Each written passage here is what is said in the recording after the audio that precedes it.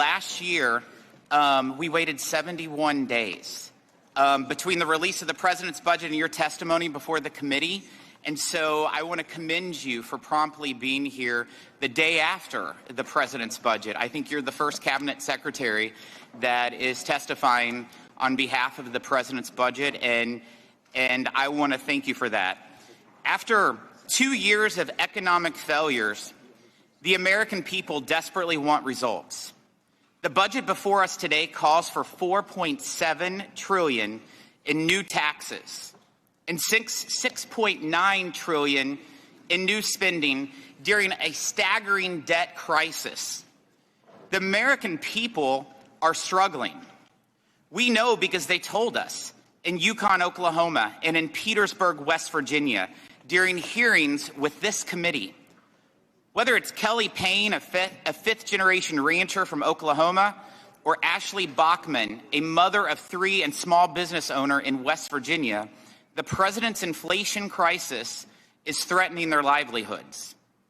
The president's budget means more pain, with $1.8 trillion in new taxes on Main Street businesses, many of which still have help wanted signs hanging in their windows because of the Democrat-fueled worker shortage. The $650 billion small business surtax will hit mom-and-pop small businesses, violating President Biden's pledge not to increase taxes on small businesses. The $77 billion increase in the death tax will force family farms and ranches to sell their assets or risk closing their doors. The $37 billion in new taxes on American-made energy will kill jobs, raise prices, and make us more dependent on foreign countries for our energy needs.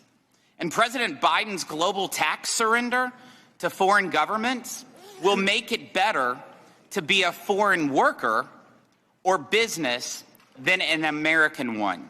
It's a tax deal only China would love. Working Americans are scratching their heads over how you'll enforce these taxes too. But I think your budget answers that question too. Democrats handed the IRS an $80 billion raise last year. Taxpayers are now asked in this budget to hand the IRS another $43.2 billion. I have to ask, is that a joke? After a 2-year inflation crisis that has cost American workers more than 2 months of pay, families need every penny they can get. But they can't even get their own refunds back because of the historic backlog at the IRS. And they can't get through to a human at the agency because of the terrible customer service. The IRS needs to address its trust gap.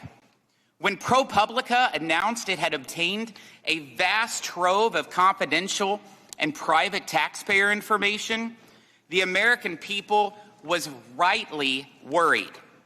What was stolen? What was stolen? Is their information safe? To this day, Treasury has provided no public answers. What they do have is Treasury's commitment to inject woke, racial, and climate politics in our monetary policy and our tax code. The Treasury Department is woefully falling short in fulfilling its core mission. I hope that our discussion today covers these topics and more in a productive way than we are finally able to get answers to the questions the American people have been demanding.